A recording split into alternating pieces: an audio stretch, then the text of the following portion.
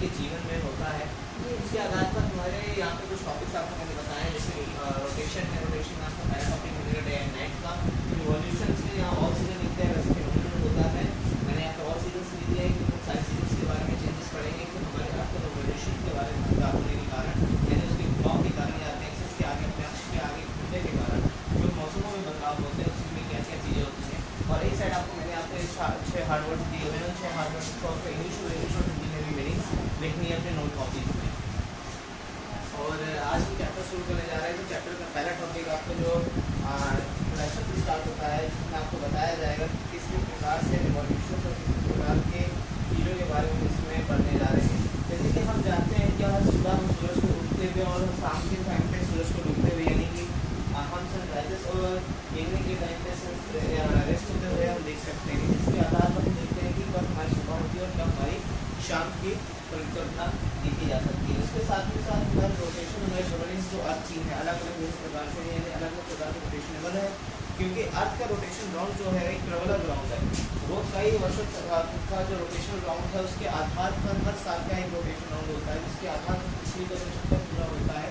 उसी में कई सारे सीजन्स, कई सारे मौसम में बदलाव आते जाते हैं। तो इसके आधार पर इस चीज़ों के बारे में बताया जाएगा। साथ ही साथ इसमें हम जानेंगे कि हम किस तरीके से एक्सपीरियंस कर सकते हैं ट्रैवलिंग ऑफ अदर थिंग्स और रिलेटेड टू कनेक्ट डायरेक्टली और इनडायरेक्टली इन ट्रेन्स। और जैसे कि हम ट्रेन की ट्रैवलिंग को हम अर्थ से रिलेट करके देख सकते हैं कि अर्थ जिस तरीके से रोटेशन करता है, जैसे कि हमें लगता है कि अर्थ का रोटेशन जो है वो अपने एक्सेलेरेशन फॉर्म पे है, उसी तरीके से हम ट्रेन का रोटेशन के द्वारा समझ सकते हैं कि वो किस प्रकार से अपना बदलाव दिखाया रहता है, कि कहाँ से किस तरीके से अपनी रोटेशनल लेवल के लिए वो रोटेट करेगा। उसी के साथ ही साथ हम इसमें हर एक सिचुएशन, स्टैटिस्टिकल सिचुएशन को देख सकते हैं जो मूविंग ऑफ अर्थ से जुड़ी हुई है। उसमें होने वाली बदलाव के बारे में बताया जा रहा है कि जो एक वेरी लॉन्ग टाइम के लिए होता है, क्योंकि एक एस्ट्रोनॉमर्स के लिए पजल की तरह है, उसको समझना एक पजल की तरह है कि वो किस प्रकार से गतिविधियों के आधार पर वो बदलाव देगा। तो कितने मौसम कितने दिनों के आधार में समाप्त होगा और कितने दिनों में जाएगा, इसके बारे में समझना। ये नॉलेज एक तरीके से जो है हमें नॉलेज मिल रहा है वेरियो और ये सारे जो बड़े साइंटिस्ट हैं उनके द्वारा हमें ये चीज़ दी जा रही है। और ये स्टैटिस्टिकल फॉर्मूलिंग जो है डिस्कवर किया गया है इवोल्यूशन ज्योग्राफिकल नॉलेज के द्वारा और पाथ प्रोग्रेस के द्वारा, यानी कि अपने राह पे चलने वाले प्रोग्रेस के द्वारा, यानी वो किस तरीके से अपने पाथ और वे पे वर्किंग करता है। साथ ही साथ हम अपने अर्थ के एक्सिस पे जो इमेजिनरी जॉइंट पॉइंटिंग है, जो 66.5 पोजीशन पे होता है, जिसके आधार पर हम मेजरमेंट करते हैं कि अर्थ का रोटेशनल लेवल क्या है। 66.5 ईस्ट और 66 नॉर्थ है जो फॉर्म है 66 साउथ जो नॉर्थ में पोजीशन लेवल होता है, उसके आधार पर हम पृथ्वी के रोटेशनल लेवल मानते हैं, जिसमें हम दो पोल को देखते हैं, एक नॉर्थ पोल एक साउथ पोल के एक्सिस पे नापते हैं। 66.5 डिग्री सेल्सियस जो सबसे सेकंड पॉलिटिकल इक्वेटर पोजीशन में होता है, उसके आधार पर नापा जाता है। उसके आधार पर मौसम तथा सब चीज़ों के अभावों को रूप को जान सकते हैं। वही चीज़ बताया जाता है कि जो ऑर्बिट एंगल बनाया गया है उसके आधार पर हम इस चीज़ को समझने की कोशिश करेंगे। अब चलते हैं बात सबसे पहले टॉपिक जो हमारे पास आता है वो है रोटेशन, जिसमें हम रोटेशन के आधार में spinning the earth is around the axis called rotation. जो अपने एक्सिस पर रोटेशन करे, अपने एक्सिस पर स्पिन करे, उसको हम रोटेशन कहते हैं। इस प्रकार में आप अपने आसपास में जो आपके पास ग्लोब होगा उस ग्लोब में देखिएगा, अगर ग्लोब अगर नहीं होगा तो कहीं ना कहीं आपने ग्लोब को सर्च किया होगा नेट पे या कहीं पर भी देखिएगा तो आपको ग्लोब जो होगा अपने एक्सिस पर रोटेशन करता हुआ दिखेगा, यानी कि एक जगह पर अगर अर्थ जिस तरह से हम उसको घुमा दें तो उसी एंगल डायरेक्शन में रोटेशन करता है। उसी तरह से पृथ्वी है वो अपने एक्सिस रोटेशनेबल जरूर करती है, अपने एक्सिस रोटेट करते हुए आगे बढ़ती है।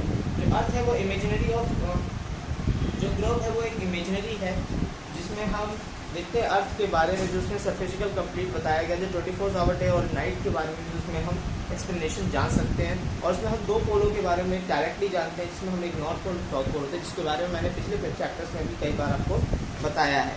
तो उसके साथ ही साथ हम ऑर्बिट, इंक्लिनेशन और ये सारे एक्सिस पोजीशन और जो भी चीज़ें ड्यूरेशंस होती हैं, जो लेंथ और डे और नाइट के बीच में पड़ती है, वो सारी चीज़ें रोटेशन की वजह से होती है। क्यों होती है?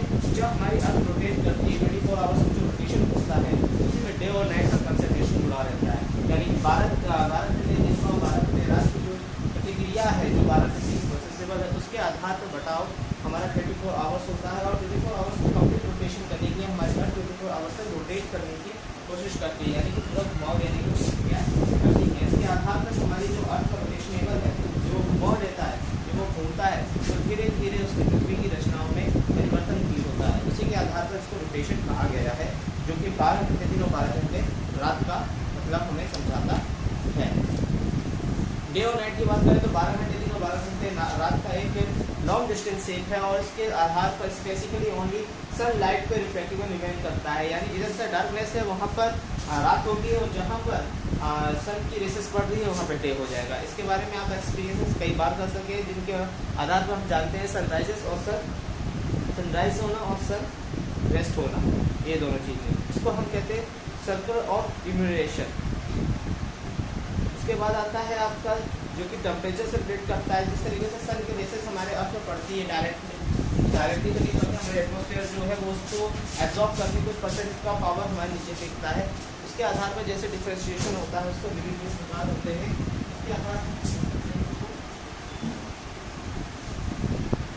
अर्थ किस तरीके से रोटेशन करता है और अर्थ किस तरीके से डे और नाइट का सर्कुलेशन चलाता है, इसके बारे में हम इस टॉपिक में समझते हैं कि जैसे अर्थ रोटेट करेगा उसके साथ ही साथ डे और नाइट का कंसेप्ट भी जुड़ेगा। डे और नाइट का कंसेप्ट जब जुड़ेगा तो जिस साइड पे अर्थ का फेस आएगा सन के सामने तो वहाँ पे होगा डे, और जहाँ पे अर्थ का बैक होगा यानी अर्थ जो जहाँ पे आपकी बैक एरिया होगा वो होगा आपका नाइट का पोजीशन। इसी तरीके से सूरज जहाँ पे उसकी प्रकाश पड़ती है वहाँ पे 12 घंटे का दिन बना देता है, और जहाँ प्रकाश नहीं बनती वहाँ पे 12 घंटे की रात बना देता है। उसी सर्कल का जो हम कहते हैं वो इम्यूनेशन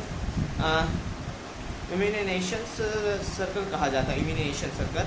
और ये एक्सपीरियंस हम रोज़ डेली चेंजेस में देख सकते हैं। रिवॉल्यूशन आता है, अब रिवॉल्यूशन क्या होता है, जो आपके अर्थ को स्पिन करता है एक्सिस में, और वो आगे अराउंड सन के घूमने में मदद करता है, जो आपको सन के अराउंडेशन में घुमाता है, उसको रिवॉल्यूशन कहा जाता है।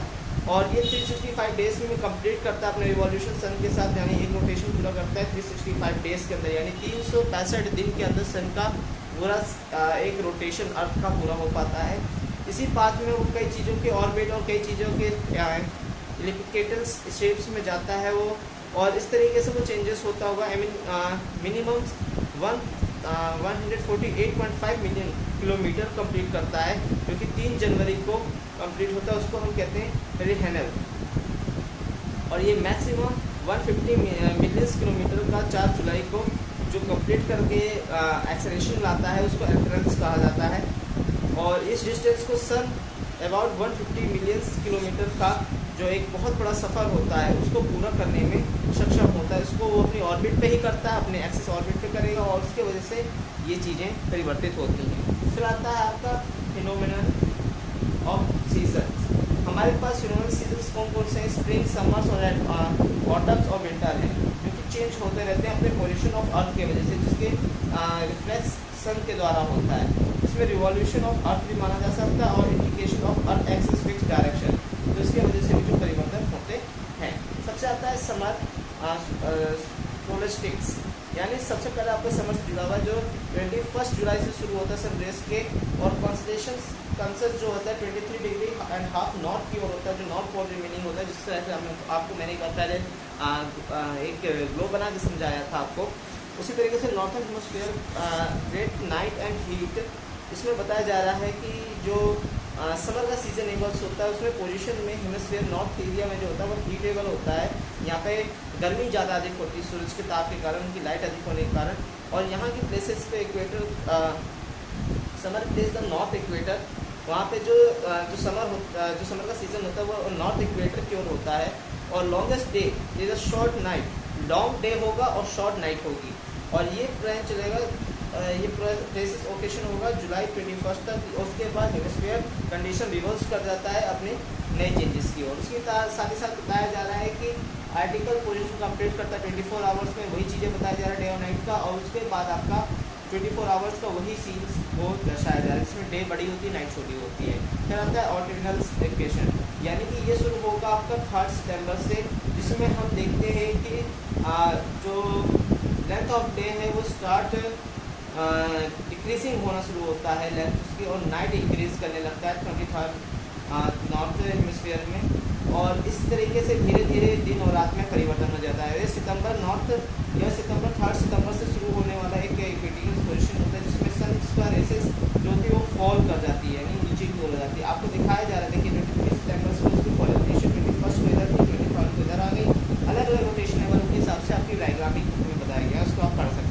फिर आता है विंटर का, जो कि 22 दिसंबर से शुरू होता है। इसमें रेस के जो पॉलराइजेशन ट्रॉपिकल 23 डिग्री एट साउथ में हो जाता है।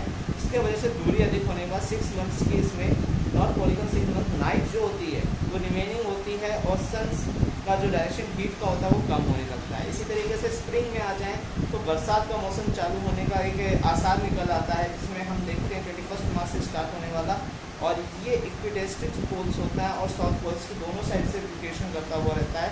और ये night become equal all the world, यानी डे और नाइट इक्वलेशन पे हो जाती है। यहाँ पे डे और नाइट एक बराबर एक समानता में आ जाती है। और फिर ये बात आता है lap year 365.5 days is complete of rotation, यानी कि इतने दिन उसको लग जाते हैं रोटेशन कंप्लीट करने में। और इसी के साथ ही साथ ये चैप्टर आपका कंप्लीट होता है। और जो इसमें जैसे फरवरी के बारे में बताया जा रहा है, कुछ जगह पे फरवरी 29 की होती है और 28 की भी होती है, तो उसमें हम फरवरी का 4 ईयर 4 साल में एक बार जो 29 दिन का जो फरवरी बनता है उसमें से हम लैप ईयर कहते हैं। जो 166 डेज़ का बनता है उसको हम लैप ईयर कहते हैं। 366 डेज ईयर्स 366 डेज़ का जो एक ईयर बनता है 4 साल में एक बार, जिसमें फरवरी की 1 तारीख बढ़ जाती है जो कि 29 फरवरी की बन जाती है, उसको हम लैप ईयर कहते हैं। बच्चों आज ये चैप्टर कंप्लीट होता है। आप लोगों की रिस्पॉन्सिबिलिटी, आपकी ड्यूटी है कि इस चैप्टर को आप लोग रीड करेंगे घर पे और इसको समझने की कोशिश करेंगे, और उसके जितने भी वर्किंग्स जो मैंने आज बताए हैं उसको अपने घर से रिवाइज कर लीजिएगा और वर्ड्स मीनिंग ज़रूर कीजिएगा हिंदी, इंग्लिश टू इंग्लिश और हिंदी में। और आज क्लास इतना ही। Thank you and have a nice day.